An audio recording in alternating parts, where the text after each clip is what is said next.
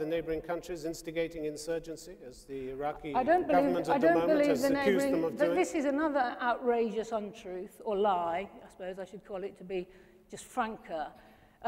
It's always suggested it was just a few awkward squad, but the whole of the people of Iraq welcomed the occupation and the war. Then it was supposed to be foreign intervention. But in all the killings and the arrests, foreigners are a small minority of the people who have been arrested for engaging in the insurgency. So when Iyad Alawi says we've documents, we've proof that indicate that some neighbouring countries are contributing to increasing the violence in Iraq, you don't buy that?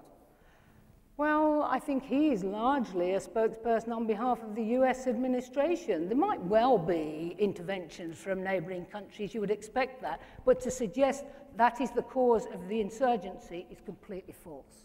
Clare Short, thank you very much. Patrick Theros, would you speak in favour of the motion? Thank you. I'd like to take a different tack on this one. It's not so much that there is a ingrained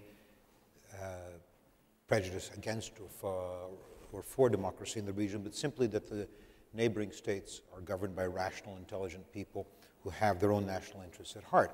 The Iraqi interim government will conduct national elections that the US government hopes will produce a democratic government. This democratic government will accomplish two purposes. It will stabilize Iraq and allow us to claim victory as we head for the exits. This has been endorsed by the United Nations and the entire outside world with enthusiasm.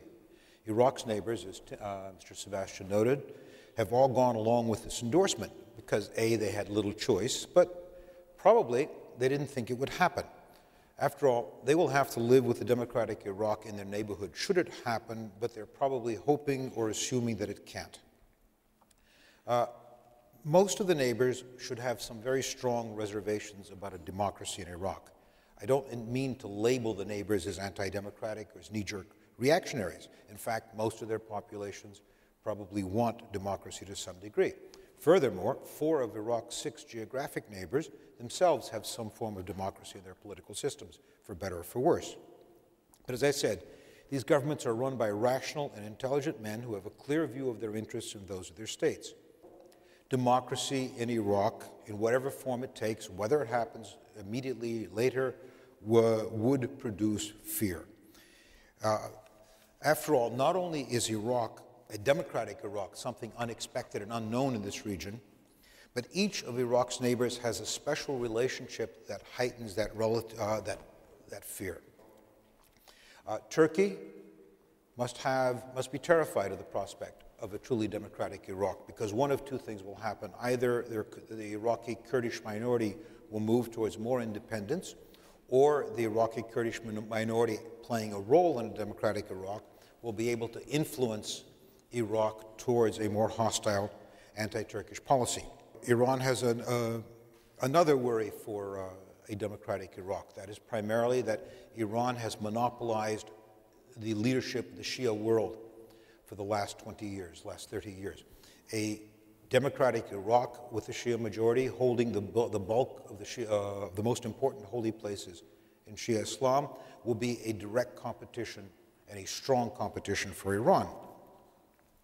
Kuwait has special reasons to worry about a democratic Iraq. Saddam may have ordered the invasion of Kuwait, but he did it knowing that the overwhelming majority of Iraq's population does regard Kuwait as legitimately Iraqi.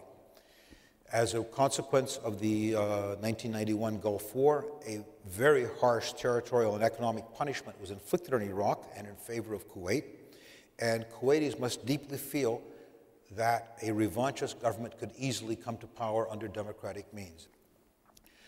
As for the Kingdom of Saudi Arabia, we see a country that has been paranoid about its minorities and permanently fearful that either Iran or Iraq, as Shia states, could stir up the minorities against the kingdom.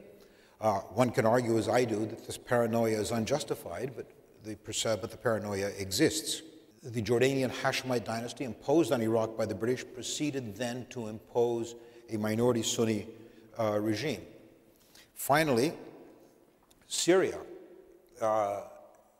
in connection with the Ba'ath Party, must be remembered by the overwhelming majority of the Iraqi people as a kindred soul to the regime that ruled Iraq until now. All these are factors that promote, that provoke Iraqi nationalism and Iraqi popular resentment towards all their neighbors, and it's the kind of popular resentment that can be exploited by clever politicians.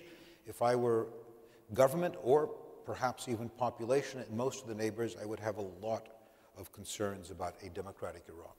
Patrick Theros, thank you very much indeed. The neighbors didn't enjoy life much in the region when Saddam Hussein was there, so why wouldn't they favor a change? Some did, some didn't. A lot didn't. You mentioned Yes. Kuwait, for instance. Yeah, Kuwait didn't. Kuwait didn't enjoy it at all. But it is still easier to deal with an authoritarian government than an aggressive, revanchist democratic government.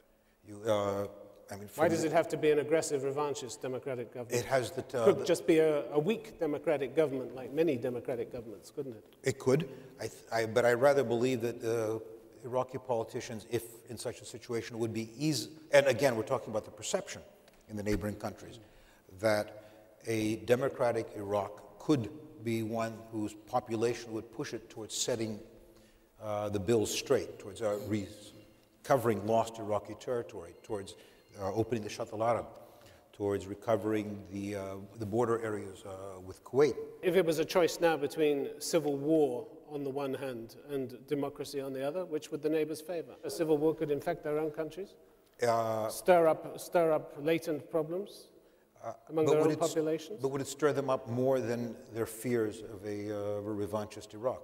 The democratic states are not... Again, I'm quarreling with your definition of a revanchist democratic government. I think what about a normal democratic government? You rule that out?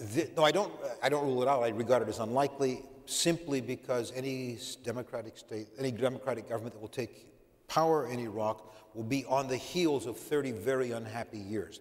Patrick Theros, thank you very much indeed. Abdel Bari Atwan, let me ask you to speak against the motion, please. Well, actually, I believe the neighbors of Iraq, especially the Arab neighbors, they don't have actually the sovereignty or a sovereign government who can decide for themselves. They are a satellite of United States. United States actually ask them to support democracy, they support democracy. Oppose democracy, they oppose democracy. So they are not really a government which can decide for themselves. This is one thing. They are moved by remote control from the United States. And to prove that, when there was American invasion of Iraq, all the Arab countries and in a way or another Iran supported this invasion. And actually, they opened their territories for the American troops as a springboard to attack Iraq. So this proves that, they are not actually a sovereign country who can decide. They did not go to Iraq to establish democracy in that part of the world. They went to Iraq for oil. They went to Iraq to have a base there, permanent bases there, to control the oil. If they went there for democracy, okay, I accept it. But it's not that. And to prove that, Americans supported the most rotten dictatorship in the Middle East. The allies of the United States for the last 35 years or 40 years were the worst dictatorship. Look at Egypt, look at Saudi Arabia, look at Libya or others. Most of them is a rotten dictatorship. So they don't have a history of supporting democracy to say that they are going to Iraq to establish democracy. So please, please, I would like you to vote against this motion. Abdel Bari Atwan, thank you very much indeed. If the United States is controlling all the countries in the region, as you suggest, there wouldn't be an insurgency of the kind you're seeing in Iraq, would there? Well, insurgency, actually, I am really amazed when you say that, the neighbor of Iraq sent or support insurgent. The American, when they destroyed and occupied Fallujah, they only captured 20 foreigners in that city. And about 1,200 were Iraqis. So there is no insurgents. There are Iraqi people resisting this occupation. And if there is insurgency, it is United States. So the interim government is talking nonsense then? Yes. Because if they deceived us and told us there are weapons of mass destruction in Iraq. Syria says it's arrested 2,000 people trying to cross the border into Iraq. That's nonsense as well, is it? We don't know, but they deceived us before. They could give us the wrong information as a weapon of mass destruction. They told us there are weapons of mass destruction and nothing. How can we believe them? And what signs among Iraq's neighbors do you see that they want to see a democracy? Well, actually, as I said... Where are the signs? To bring you back to the motion.